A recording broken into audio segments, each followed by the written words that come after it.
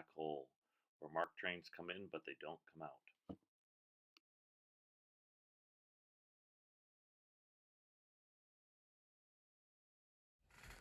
All right, so we're at John's house and we're talking about his Erector train set. I went to an auction on Main Street here in La Crosse many years ago. And there was a red metal box, 8.5 from the 50s, and a small wood set box, a number 4 from, I didn't find out what year until I got it home, and it was 1913. November of 1913. The Erector set started in October of 1913. So it's a very early set. And a guy from Dayton, Ohio got wind that I had it, and he tried for a long time to buy the set from me. I said, no, I don't want to sell it, because it had a real special motor that only lasted for like 6 months. So he kept pestering me, and finally he said, what do you want in trade? I said, a locomotive.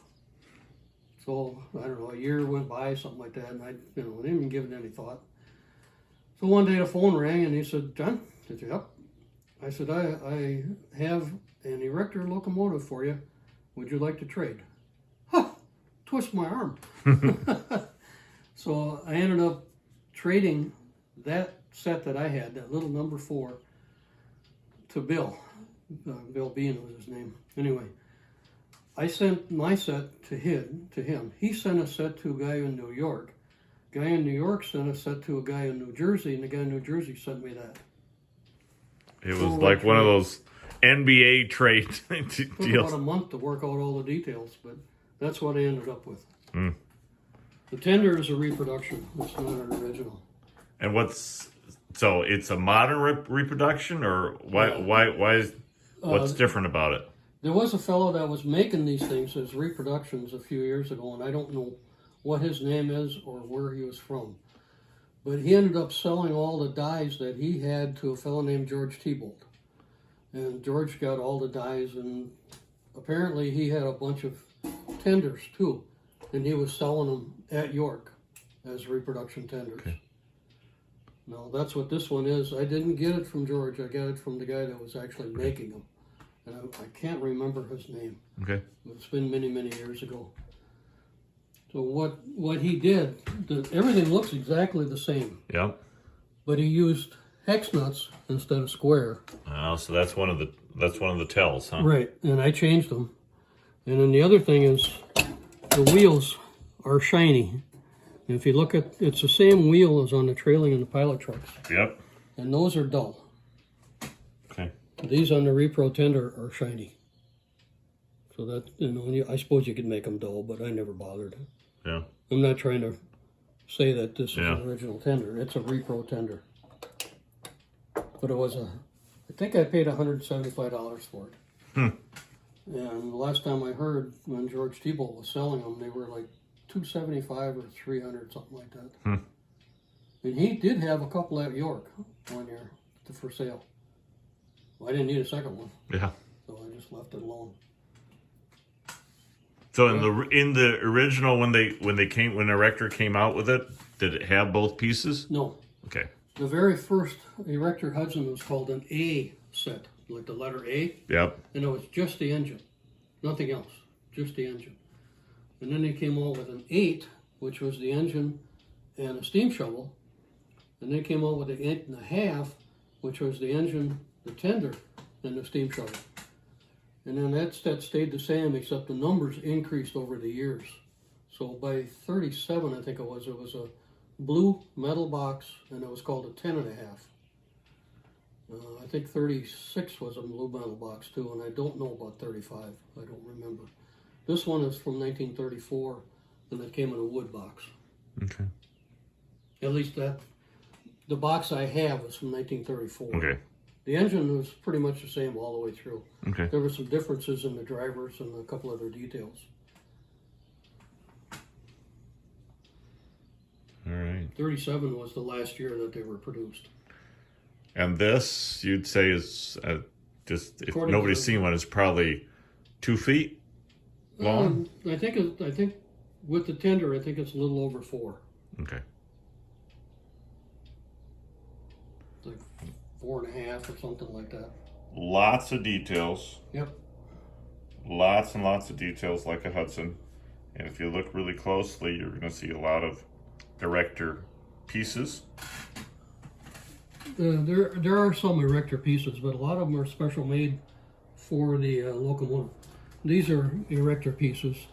They're called, I think it's a P15 coupling. This is a BT, I think it's called. Oh shoot, I can't remember. Some kind of wheel. I don't remember what it's called. Yeah, it looks like something that I've seen it in an Erector set before. I don't know what. Yeah, pierced wheel maybe. It's got a coupler as well. Yeah, there's one on the back of the tender too. The shaft that operates here, that's a bolt that doesn't have threads. And this little coupling here, that's called a P15. Yeah. Or P37, I'm sorry. That one you can see from an Erector set too. The shaft, I don't think the shaft, well the shaft is Erector, but it's got a 90-degree bend in it. Yep. So you can lift it. Yep. The coupler, I think, is specific to the locomotive. What's in the back end here? We got some wires. You were telling me that there's two motors that are available. Yep. This one has the battery operated 7 to 15 volt P58 motor. The other one is 110 volt P56G. Now they didn't run under their own power. There were jack stands that went between the rails and held the locomotive up about a ½ an inch. Then you plugged in the motor, or plugged in the battery operated motor, and the wheels and the valve gear would turn, but it didn't move under its own power. So the wheels never touched the rails to move, Right. make it to move. Right. It was it would just look like it was moving. Yep. Yeah. There was a static display that was operational. Okay. They never made curved track. All they made was straight track. And depending on the set that you got either 2 or 4 pieces of track. They look like giant Marx wind-up track. It's half-inch scale is what it is. And you were telling me the bell is also something that's often missing. Yes. They are made as reproductions. I assume they're still made. They were made when I put this together. That's one of the first pieces to disappear on the locomotives is the bell. The bell and the hanger. It's hung on to the hanger with just a cotter key. So easy to fall off or get bumped. Yep. Well, Mom tried to dust it. It hooked the bell and there went the bell. Yeah. Yeah. But nice pieces. And is it hollow underneath? Yeah, it's just sheet metal. It doesn't weigh that much. Oh. The boiler goes all the way around. Okay. But inside it's hollow. It's just sheet metal. I don't know, the thing doesn't weigh 10 pounds maybe? Not very heavy at all. Oh. You'd think it would be. Looking at it, it looks massive and heavy. But no, it's just sheet metal. The heaviest part under are the wheels. Yeah. So that's, again, those appear like they're cast, right? Yep. Yeah, they came as part of the locomotive set. These wheels and the locomotive wheels and the drive rods and all that are specific to the locomotive.